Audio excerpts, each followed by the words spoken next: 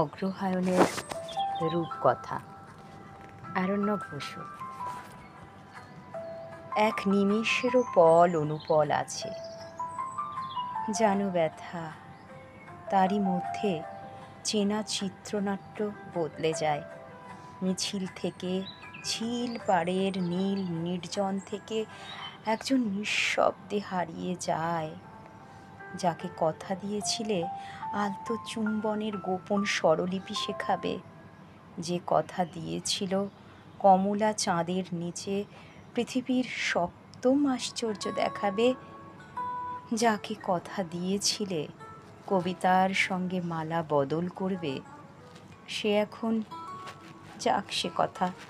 মিছিল যেন চলতেই থাকে, শীতের হাওয়া যেন প্রতিবাদী মোম শিখাকে আরও উজ্জ্বল করে। চেয়ে দেখো বনদেবী, চরাচরে মুগ্ধ ও মঙ্গল মাস অগ্রহায়ণ নেমেছে।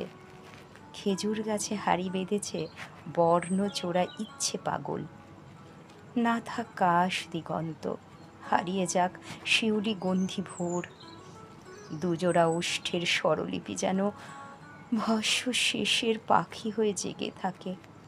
তিতিরের মতো দুটি বুকের ওঠা নামায় যেন লেখা থাকে, বেঁচে থাকো। শাল জঙ্গলে পাতা ঝরা হাওয়ার মতো দীর্ঘ বেঁচে থাকো। বেঁচে থাকো পাখি পাহাড়ের বন্দি পাখিদের মুক্তির আশ্বাস হয়ে।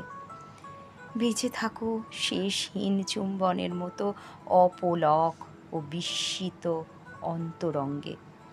হিয়ার মাঝে লুকিয়ে জেগে থাকো, বেঁচে থাকো, বেঁচে থাকো।